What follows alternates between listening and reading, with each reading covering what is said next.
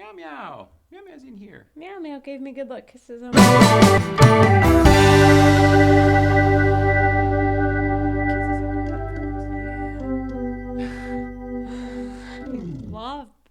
Meow meow. God. Come back here. No? All right. Thought we almost had somebody else with us. That would have been cool. Meow meow. I'd like to sit right off camera. She's here. We have a studio audience. Little meow meow over there. I can't see her face. I can see everything else. Oh, really? Oh, that's funny. Come on in here. Yeah. All right. Well, nobody needs to hear us call a cat, but hello, Mrs. Ryan. How are you doing? Oh, good. Blah, blah? I'm fine. What's the matter? I hate that question, but I'm doing okay. Well, I need, it's the time when you need to fill while I do, technical stuff. You know what I mean? Well, it's not one of those, where you need to drop some nuclear fusion fucking data on us or something like that. Just a little, hey, blah, blah, blah, blah, just whatever. So I'll just remind everyone in that time then that, again, I'm the worst, and I know it. No. But I'm so happy to see the Chiron you put up and to talk about what we're going to talk about. I was in a Mark Maron headspace before we sat down. Oh, cool. So it all kind of goes together, I think. Yeah? In a comedy way, yeah. He performed at the Comedy Store. The 411, yeah, not that. What'd you do? Sneak a look over here? No, I turned around and watched when you turned on the Chiron, and then I confused current events with what you actually put down. Well, so that's confusing, because then Sorry. are you excited? You're excited to talk about what's not up there. To me, it all goes along together, but I held on to the wrong thing, as I am famous at doing. I think what it said, this is crazy that I don't want to derail everything, but it said... The 411 on the 111, right? It said, what is the Porsche? Yeah, I can't believe we're doing this. What's your point? Here, let's start it over. Here, look. Oh, hi, Mrs. Ryan. Ah, look at that. Hi, I love you. I'm so excited to talk about the 411 on the 111. We can talk about anything and everything, but that's what that said. And you're excited to talk about comedy, which is awesome and not related. But we are going to talk about that, I'm sure, because we talk about everything. And sorry for the rest. I'm being a stickler because we need to raise the bar. That's all. And I know that. And okay. I know that. I'm taking it. I'm taking one for the team. All right. Well, Happily. I think that probably more people will get, including us, will get more out of these awkward moments than anything we have. I hope so. To actually want to talk about. You know what I mean? Because it's as real as it gets. Here I am. Here we are. Here we are. Don't make it like I'm broken and I'm the reason this stuff happens. Like, no, there's two people, and two people don't always understand each other, and it's work. And then you work at it, and it's not much work once you get good at it. I know you're just so much better at it than me sometimes. Well, I didn't want to come right out and say it, but well, we all know. I'm just kidding. All right, well,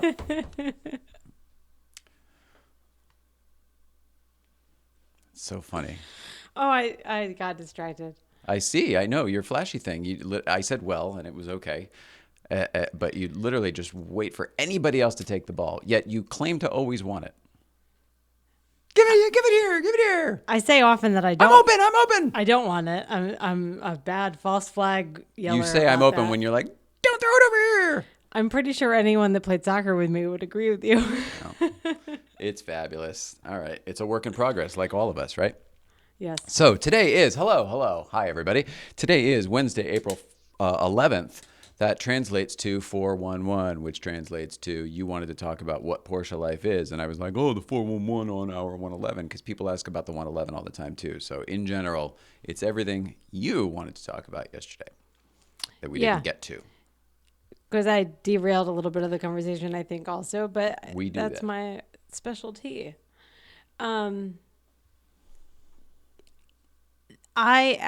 like talking about the 111. Can I jump in? I would love it if you jumped in, because I don't know what you want to talk about. as far as the Porsche life and talking about what the Porsche life is and everything. The way I figure out what things are is to talk a lot and use a lot of words sometimes. Sorry about that. In describing We're it, working on internalizing that, right? That's the stuff that goes on up here, and then the for everybody else. yeah, Yeah, uh, it's a media- process. It's hard. It's hard. It's hard like media training in lifetime. It's adult training too. Communication. I mean, you're calling it media training, but it's getting a point across and being able to have the ping pong. Volley? Is that better?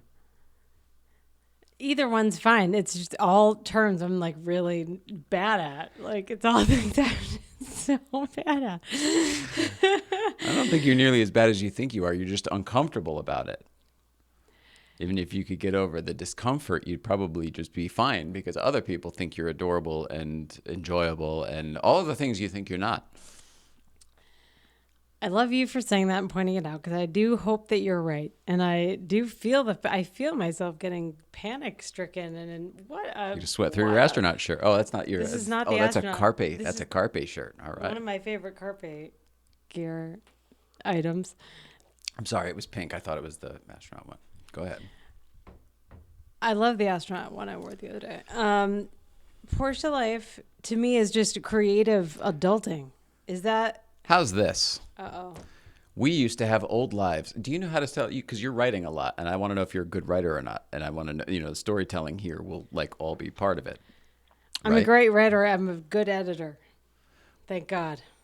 Well, I'm a good editor. A lot of people, yeah, that's a different skill set. I know. You're claiming to be a writer, so I want to know, you know what I mean? Like that stuff. We'll get into that another time. Great writer. I think you are. I believe you are because of the stuff you tell me. But you're not good at storytelling in any way, shape, or form. So I want to know that is it better in paper when you've had more time to, because it could just be the discomfort. I know for me, it's the discomfort that makes me not get there because I get all uncomfortable and awkward. I'm going to say you just nailed everything I'm feeling. And I don't know. I know that intellectually, and conveying that to you is like my weakest capability. Why? When you know it's not a big deal. Is it a sign of weakness for you? To you? Probably. Probably. I mean, I think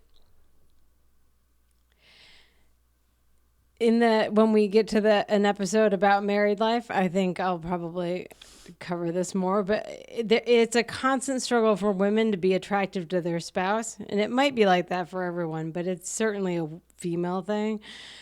And every time I falter, I feel like I'm very unattractive to anyone, let alone you. So that's important to you. You know what I mean? Versus like letting go of all that ego and not giving a shit what anyone thinks. Like, I obviously care what you think about me and stuff, but I know that why is that coming into play? You know what I mean? It's like I said yesterday, like we're not getting a divorce and you can't be fired. So like, I don't know what your fear is. I know all about you. I know you better than you do. So what are you afraid of showing me or anyone else?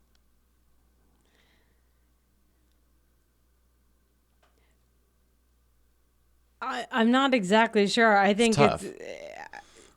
To be totally cliche, I think it's my freak flag from that I'm just bad at acknowledging. You know it's in the basement, but you never unfold it and put it up on the pole. Is that what the deal is? Because you know you have it. You know that you're just an oddball like the rest of us.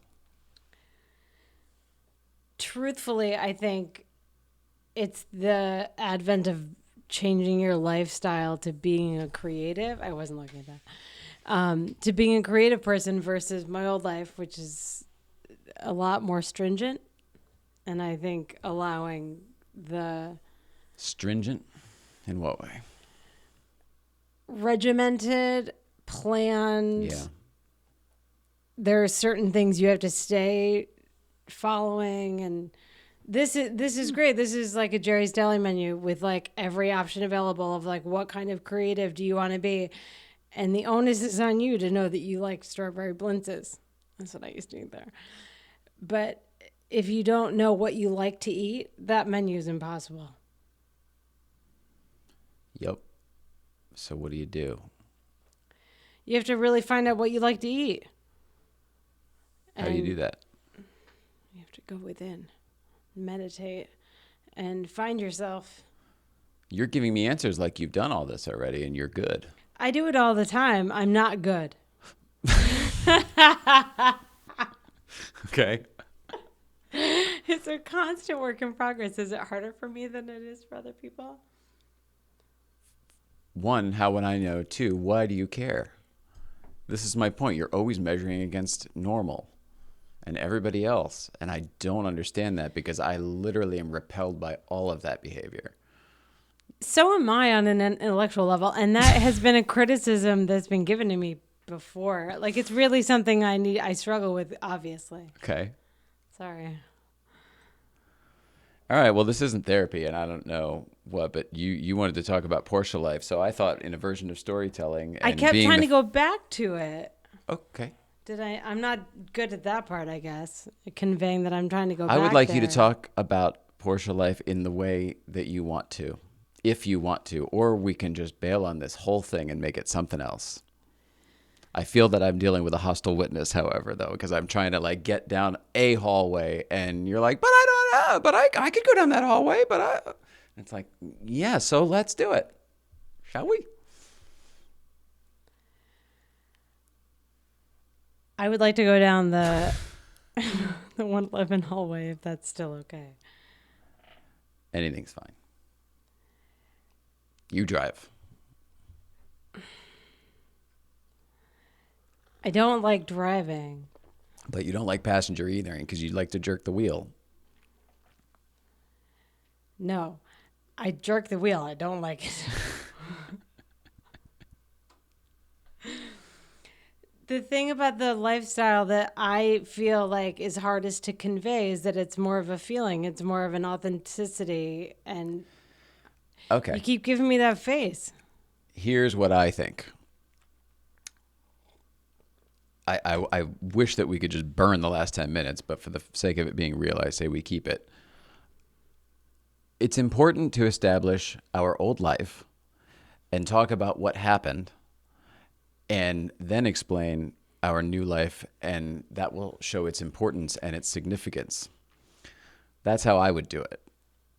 I'm open to hearing you say, Porsche life is this. It's feeling. I can't really say what it is. It's kind of like, then what are we doing?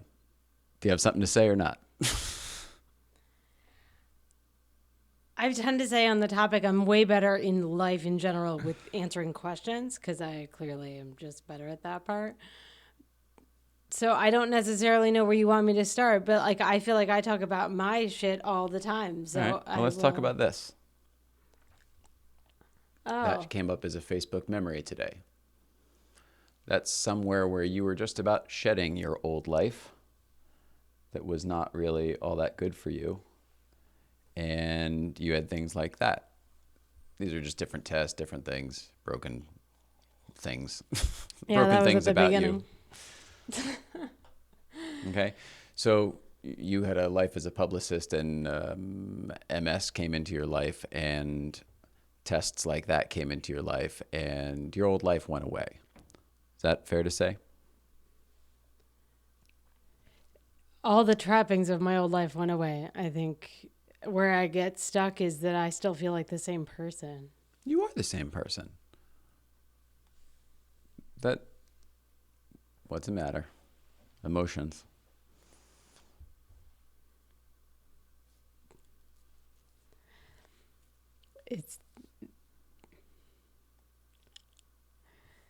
I am the same person, but my life is so different that what was applicable then is no longer applicable. Right.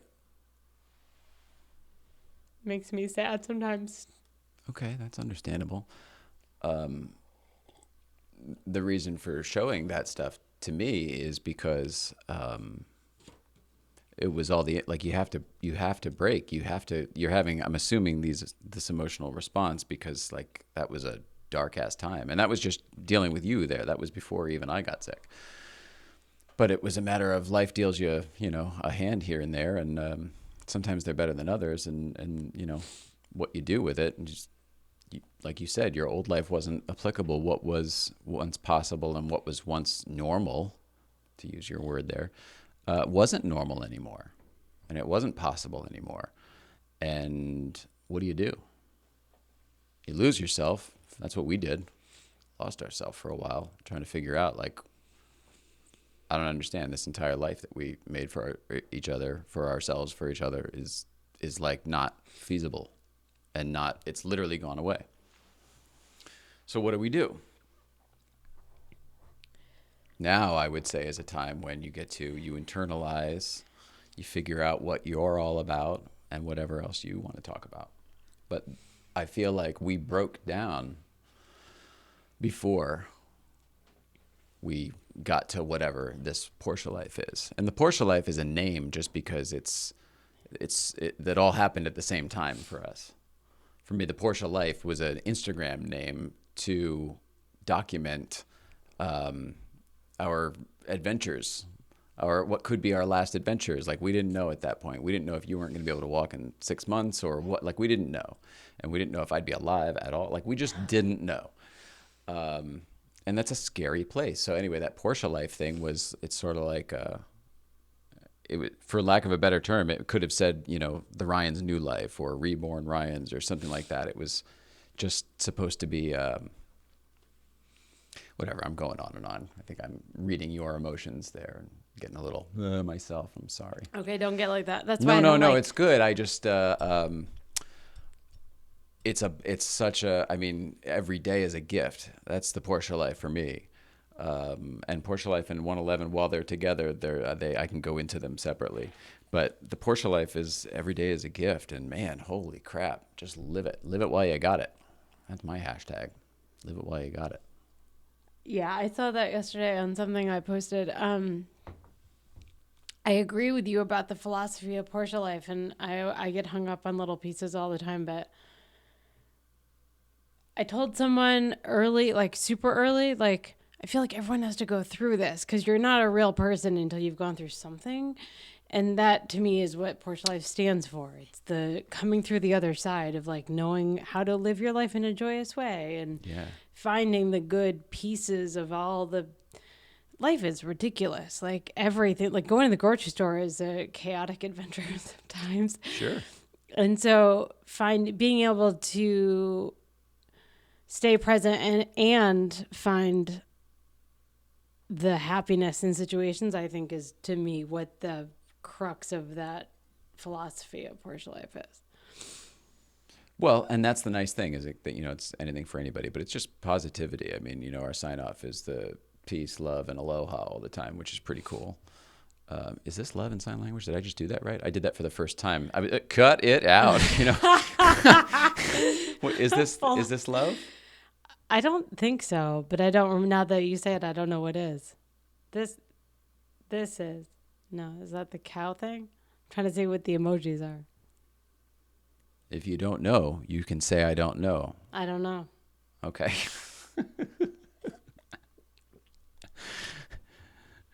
We can figure it out if you want. This is why everyone wants to know everything, because if I had access to my phone, I would just pull it up and know the answer and be able to tell you and not feel dumb. But since I don't have the recollection of it. Your phone, you going to your phone to get me an answer makes you look dumb. Totally. There's the answer. Totally. Guess what? You know what I mean? Like newsflash. I totally get that. So you not having your phone and not having the answer does not make you look dumb. It makes you look normal. If you knew the answer without your phone, now we're talking some kind of crazy win for you. But like, there's no loss here, and I don't know what you're worried about with it. No, I look dumb.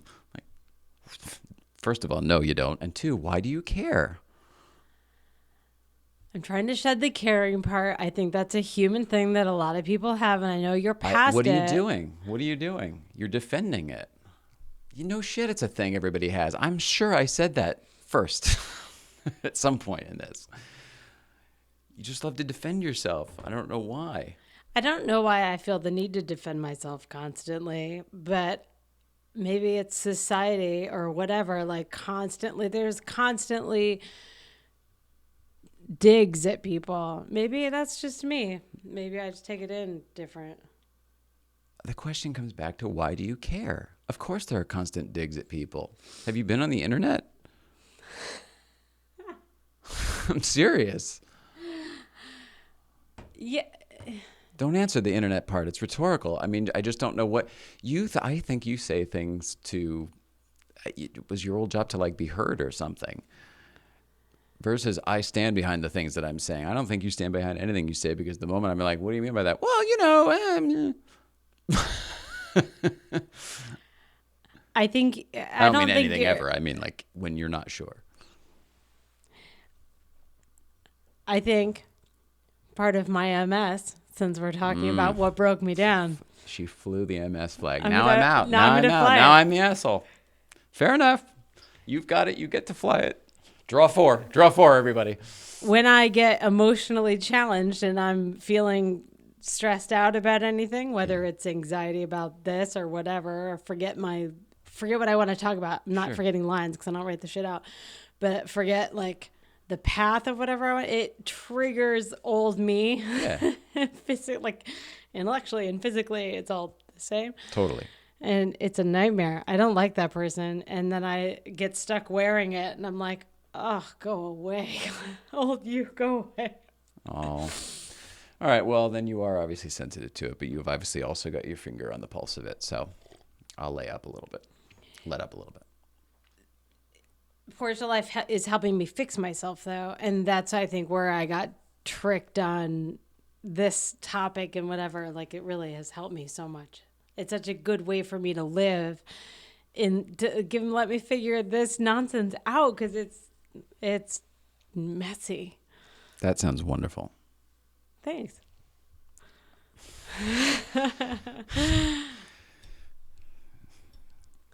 I meant that in a good way. You meant thanks in a good way? Yeah, not sarcastic. Did it sound sarcastic? I don't know. The fact that you're able to you're comfortable with having someone give you a compliment and then you taking that and making it the cherry on top of your thing and then walking away and going, I'm done. It's weird to me when you do that. Okay, I'm really uncomfortable with and compliments, I bet I I'm probably the only, just handle them wrong. I bet I'm the only person that would be bothered by that, and it's my authenticity meter fucking going into the red, pegging, clipping, going like,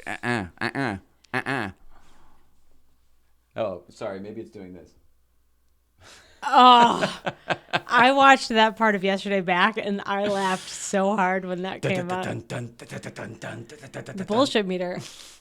I laughed so hard when that came up. We made another one for Steve Kaz. Oh. Well, I mean, it's for you. To show. It's for you. So that he can watch it and laugh. What is it? Oh. Hi, Kaz. I totally went to college. And since I've said that. He sent me a text. I don't know if I do have my phone here. He sent me a text, something it's almost like he's keeping tabs, keeping track. I hope he is. 2:30 into yesterday's episode. You missed your opportunity to use college. Kaz, I really can't wait for your contributor videos. He is working on that. He's working on a Dropbox. He sent me one when he was in the back of a yellow car behind you on the way to Breakfast Club. Pretty sure that was not fully legal there, but actually I think it might be, because you don't need a seatbelt in the back seat for an adult. You just wouldn't normally be able to put an adult back there, but you were there and there were no seats, so whatever. Yeah, he's adorable. Love that guy. I love that guy, and ever since I've said that on this show, I've heard it used in normal colloquial fashion on multiple other podcasts. Yeah. I think that people say they've gone to college I don't think that's an unusual phrase when someone's gone to college. Do I say it oddly? Yeah, you say it because you're proving a point. Like it comes across that way. Like, I went to college and you didn't. Or I went to college and I'm smart. Or I went to college and whatever I have to say next is important. You don't just say like, oh, I went to college. Like, you use it as a qualifier. And it's yucky. What I love about doing this show is I get to see in live time everything I hate about myself, and we all do. Everything Don't feel bad. Everyone told me in my 20s when it was fun to talk about how you got to LA. This is the other half of putting yourself out there. You go through all that, but You become a self-loather. It's part of it, but you get over it. You know what I mean? And then you just, at some point, you don't care. And you just be authentic, whatever that is. And then you realize how much easier that is. And there's no going back. That is very apparent seeing you in action. For those of us that are not as evolved, it's harder sometimes. I'm not saying I'm evolved. It's nothing like that. I've spent enough time thinking about it. And I think that's all it comes down to. If you spend enough time thinking about it, you can figure it out. And I mean that for everybody and anything. Not like Doc Brown. If you put your mind to it, Marty, you can accomplish anything. I don't mean it like that, but it's true. I mean, it's all the same. Whatever they've been telling you from the beginning, it's all the same. Keep your eye on the ball, all that shit. It's all true and accurate. They're all metaphors for the same point. Yeah, but people don't get it. You got to Correct. think about everything for long enough until you get it. That's why comedians I love their brains, because that's their job, is to think about everything. Their job is to think about iPads and mugs and lamps and microphones. It doesn't matter. Like, it doesn't matter. It's a comedian's job to have a point of view and a whatever, hopefully an angle on everything. You know what I mean? Yeah. And I've spent enough time doing that in my own whatever world that maybe I should just, I don't know. I guess I should be a comedian. I don't want to do that. I don't think that I would be good at it. There's the writers and the comedians. Like, I don't think I'd ever be a good comedian. That is a Mitzi distinction that she made. Here we go. Now let's talk lot. about that. All right. Now, in the old life, there's only one picture that I know of us having together at the Comedy Store. Yeah. Oh. Is there? I didn't even know we had any. Okay. Well, you can look at the screen if you want. Oh. But we took it because of Letterman. Jay Leno's right there too. That's funny. I didn't notice that. I don't mean, no, that sounds terrible. I meant like we took that picture because, that's where Dave's thing was on the wall. It's a really cute picture. Do you know when that was? That was a long time ago, I think. So cute. Yep. Definitely a long time ago. It was in the mid-transition. It was the end of the old life. Do you listen to anything I say? I listen to everything you say. I don't always have the retention that I need to keep Fair up a enough. conversation with you, and that sucks. Fair enough. No, that's fair. That's a fair distinction. Yeah, I don't know when it was, but it was before my beard, so it was before I got sick, and you were still drinking and probably working, so it was probably before you got sick. It was a while ago. That's what I'm saying. Old life, but the only picture we have. It was not supposed to be a 5-minute conversation. It was supposed to be a wing this up and then get to your thing, but everything's a hurdle. Everything's a hurdle. That's for sure. Let's talk about Mitzi. Here's the thing. Mitzi Shore passed away today. Okay, she was 87, 78, 77, 76. 87, I believe. That's too old. She was born in 1930. Seriously? Yeah. Oh, wow. She was older than I thought. All right, well, Mitzi Shore, famous for the Comedy Store, passed away today. R.I.P. Mitzi. She's a legend, man. Dying up there. She was dying up there. She died up there. She changed the whole landscape of comedy as it exists currently.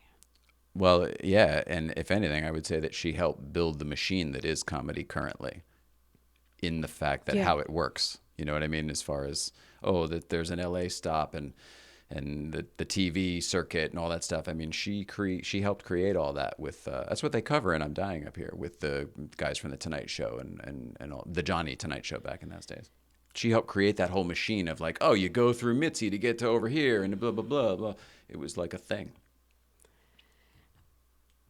Were you, I hesitate to ask, so just wave me off if I'm wrong, but I woke up to that news this morning and immediately my Instagram and feed of comedian friends was like outpouring with love and thanks and gratitude for her. And a lot of the people that I'm friends with on social media, whatever, are not necessarily the people I went to the store with in the early 2000s. Sure. And I didn't know if you spent a good amount of time there because you didn't. No, I didn't. I came to Los Angeles and I should have. I went there a couple times. But at whatever was going on at that time, I was more attracted to the talent. And this is crazy to say, to whatever, it doesn't matter. I spent my time at the Laugh Factory. I spent Okay. much more time at the Laugh Factory. I had my doorman Kenny was a friend, and you know what I mean. You just could hang out in that lobby and listen to stories from Jamie Masada or whatever, and anybody who was there.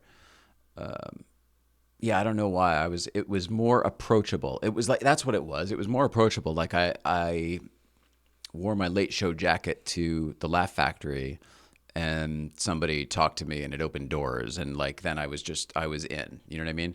And the Comedy Store, that didn't happen, and it was dark, and it was like it seemed unnavigable. So I didn't, you know what I mean? I was young and I was Mr. Easy Route back then all the time. Because like everything at that point, like enough bad shit had happened to me that like when the good shit just kind of whatever, I just go towards it. Doesn't matter what it was. And it seemed like for whatever reason, my path was taken away from the Comedy Store. And it's weird because Letterman and Leno, like my talk show guys, like they did the Comedy Store. That was the thing. They come up through the Comedy Store. So I should have been like, if I was really like the obsessed, follow the thing, you know what I mean? I should have been working in radio like Kimmel. I should have been going up at the Comedy Store like everybody else, Fallon or whatever. So I don't know what was my thing, but the answer is I didn't spend much time there. I went a few times, but I've been there more with you since, I think, or as many times as I used to go alone. You were involved in the comedy scene though by going to the Laugh Factory, so you know that world. It's what I looked up. I was looking at Mitzi's legacy kind of because she died. But I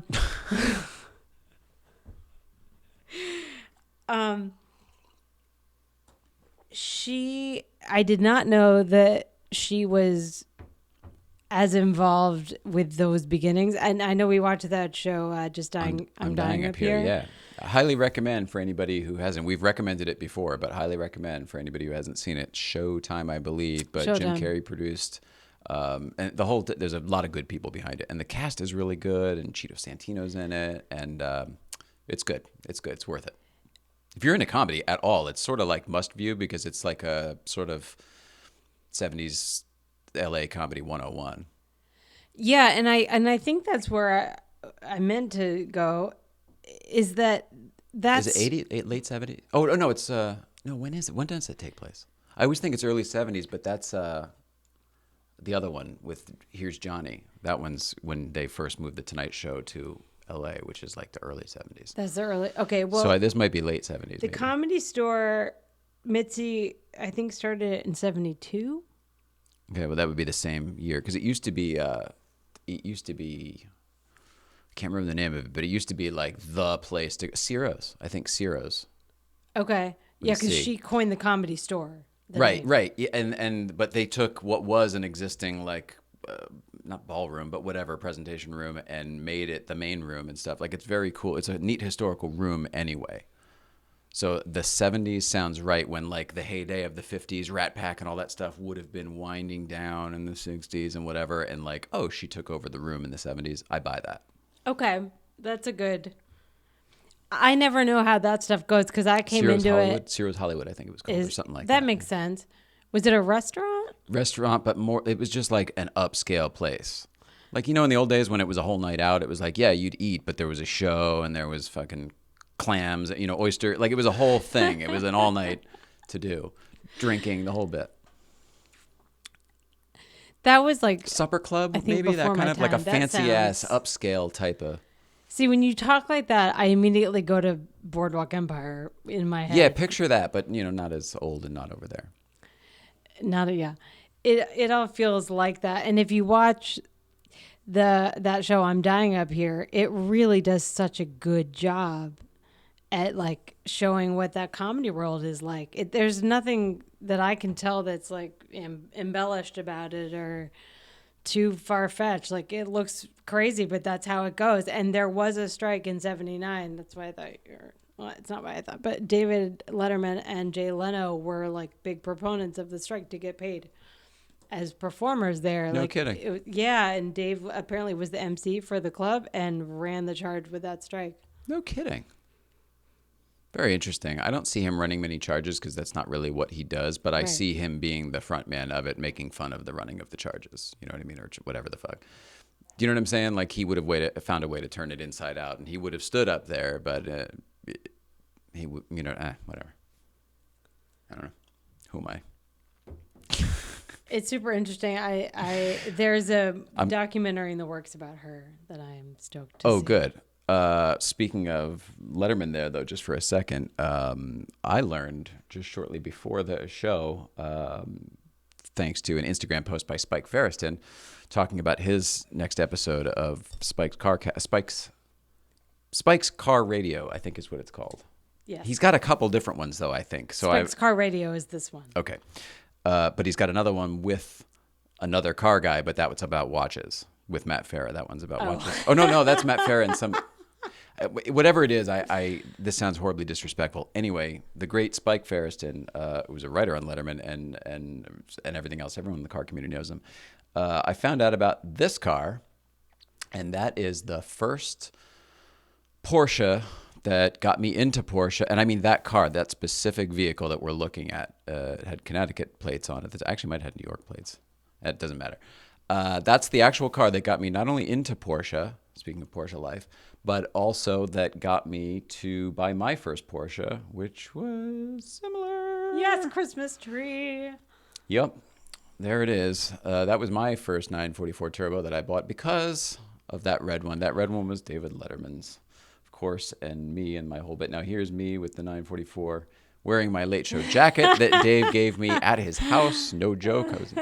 The crazy story there. It's all related to the microphone and stuff we were alluding to the other day. But anyway, yep. So found out that this car was actually traded hands. It was on. So Spike's Car Radio had the guy from Bring a Trailer on, and they were talking about this car. That car was actually on Bring a Trailer. We're not in the market to buy anything right now, but that's a car I've always wanted, and I didn't know that it was in private hands. Yeah. Well, I didn't know it was in private hands, for one, because when I used to see it, Dave was driving it, and it made me want one. And I settled for black because I couldn't find a red one, the whole thing. I don't think that's true, but there was a decision there of like, oh, you can't get red because, or something like that. But anyway, it was a neat trip down memory lane to see the car. It's just a red 944 Turbo. It doesn't mean anything to anybody else, but I've always wondered if that car was still somewhere. It's almost better than finding my old 944 Turbo because I didn't care about. I let it go. Like the red one is the one that particular car was the one I was attached to because it was Dave's, because I was attached to Dave in the late night and all that thing. I listened to like 2 minutes of that episode, and that's all I heard Spike say too. Okay, well, here's the thing. I've never listened to any podcast. Can you believe this, folks? Yeah. This is a true story. Until today, where I listened to about 20 minutes of Spike's Car Radio, an actual podcast on iTunes. That was the first time I've ever listened to a podcast. I watch video podcasts. I watch Joe Rogan. I watch Kevin Pollak's chat show. Like I watch those kind of things. We don't have a radio in the yellow car. I'm not one of those like listen to something while you're doing other things. I'm sort of a monotasker. I like to take in all of the info, or at a ridiculous retention rate. Anyway, it was really neat. So my first podcast today was Spike's Car Radio. Thank you, Spike. Very entertaining. And the real Zuckerman, who we see a lot, and we are huge fans of this guy. As a person, you're rad. Yeah, Zuckerman, we don't even know you, man, but you've got really big fans in the Ryans over here. You're just always smiling and yeah, whatever. In fact, yeah, we saw him at, I forgot to mention this on the show. We saw him at the Lit show after the Professor run. We did that Professor run up in Malibu. And it was foggy and cloudy and all that stuff. And then we got down to Lit and on the later side. And I think we were coming in and he was leaving or whatever. But he's like, I saw you guys this morning up on Latigo. I'm like, what, really? What were you in? He's like, I was just in a regular Beamer. But I saw you up there. You looked like you were having fun. I was like, it's just so neat to be part of this community. You know what I mean? Where you're bumping into people left and right. Like, here's what it is. For me, it makes LA a small town. And I'm from a small town. And I like that element of it. I like going different places and running into the same people and stuff. You don't have that in LA. Yeah, it's a really good point. And it's fun people, good people. Anyway, I think that we should try to get Zuckerman and or so. Spike on this if they would, if they're willing. That'd be Think awesome. about that one next. And Tom Green. Yesterday, I said something. We were talking about the Letterman desk and chairs. All right, let's talk about that real quick. Okie doke. All right, well, Letterman. All right, so this car got me into this car and stuff, and then this guy, Bill Murray. yeah, got me into doing stuff like this. This is my high school. Literally, it's my talk show in high school. No joke. But like, if I can't zoom in, I don't think on that. I don't know how to. But that microphone there became like I worked on it to make it look just like Dave's. It eventually looked just like that, and the story there is pretty cool too. But anyway, all of that stuff got me to this. And we were talking about it yesterday and whether or not to use that and the chairs in here. And Tom Green came up because I said, well, Tom Green invented the do a talk show in your house format. And it was, I think, just the Tom Green show, like you said yesterday. I think that's what it was. But it was on his website. It was on the internet back then. We said, we want to talk to Tom Green.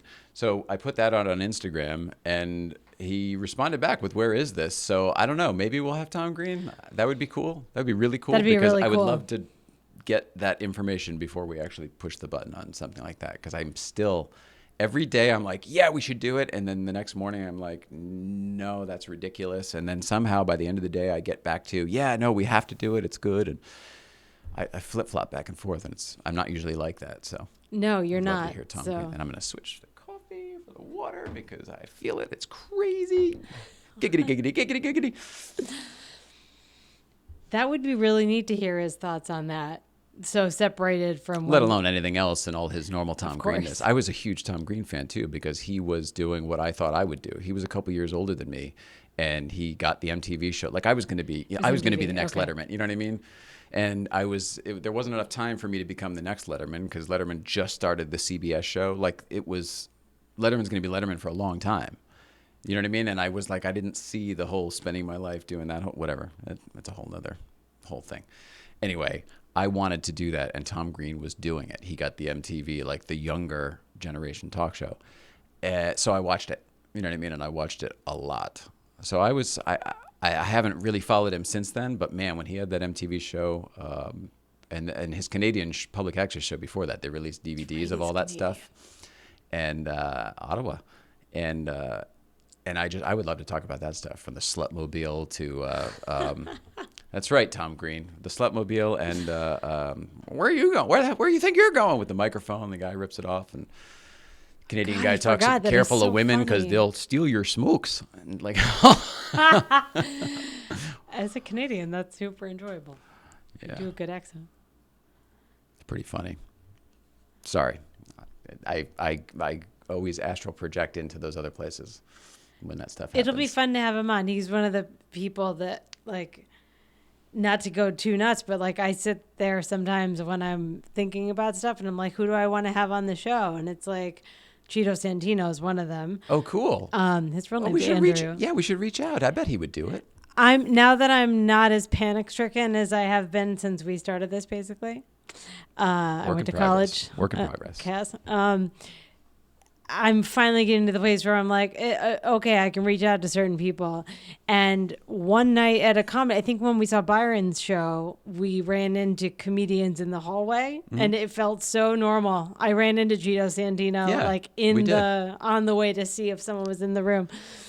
Yeah, it was funny too because you were like, I thought it was him, but he had just shaved, and then he came on and he's like, yeah, I just shaved today. Yeah, because he has a beard for the show and stuff.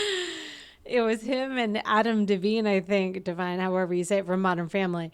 And it just felt so good to be back in that environment. And I think in a really, really roundabout way that I need more to work on, like that comfort factor place of living is porschelife to me. It's like finding those people that like you can talk to and you can have a laugh with. Like we had a weird run-in, me and Cheeto. Not weird like crazy, but just like I interrupted his conversation because they were talking across a hallway and I had to walk through them. And it was like, sorry guys, like you don't normally do that with famous people, but I was super comfortable with the comedian element of it. Or the layout of the Improv, where that's how it works. You have to walk down that hallway. You have no choice. They know that. I don't think they care. They made a face. They gave You're me a pretty girl. Shit. You're a cute girl. Yeah. And they're comedians. Well, either way, It's all wonderful. it's all wonderful, and I'm super proud of what they're bringing to the table with that show. Cool. You were talking about booking people on this one.